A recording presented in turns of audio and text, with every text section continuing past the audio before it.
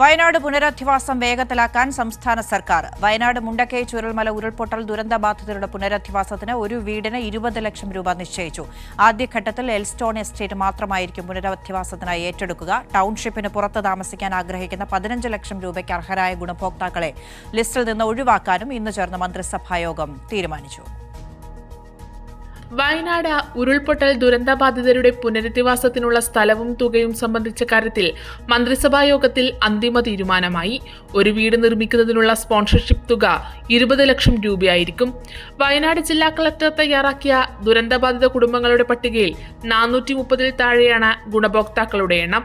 അതിനാൽ ആദ്യഘട്ടത്തിൽ എസ്റ്റോൺ എസ്റ്റേറ്റ് മാത്രമായി ഏറ്റെടുക്കും.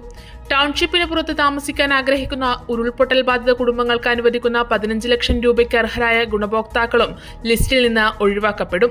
വീട് വെക്കുന്നതിനായി 7 സെന്റ് ഭൂമി വീതമുള്ള പ്ലോട്ടായി പുനഃക്രമീകരിക്കും.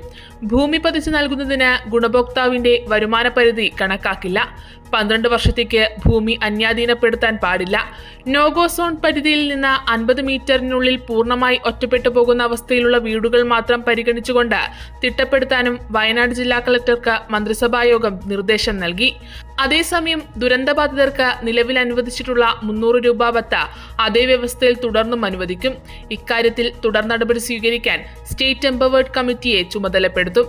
സപ്ലൈകോ വഴി മാസം 1000 രൂപയുടെ സാധനങ്ങൾ വാങ്ങാവുന്ന കൂപ്പൺ വാടകയ്ക്ക് താമസിക്കുന്ന ദുരന്തബാധിത കുടുംബങ്ങൾക്ക് CSR ഫണ്ടിൽ നിന്നും നൽകാനും ഓരോ കൂപ്പണും 2 മാസം വീതം കാലാവധി നൽകാനും മന്ത്രിസഭായോഗത്തിൽ തീരുമാനമായി. കൈരളി ന്യൂസ്, തിരുവനന്തപുരം.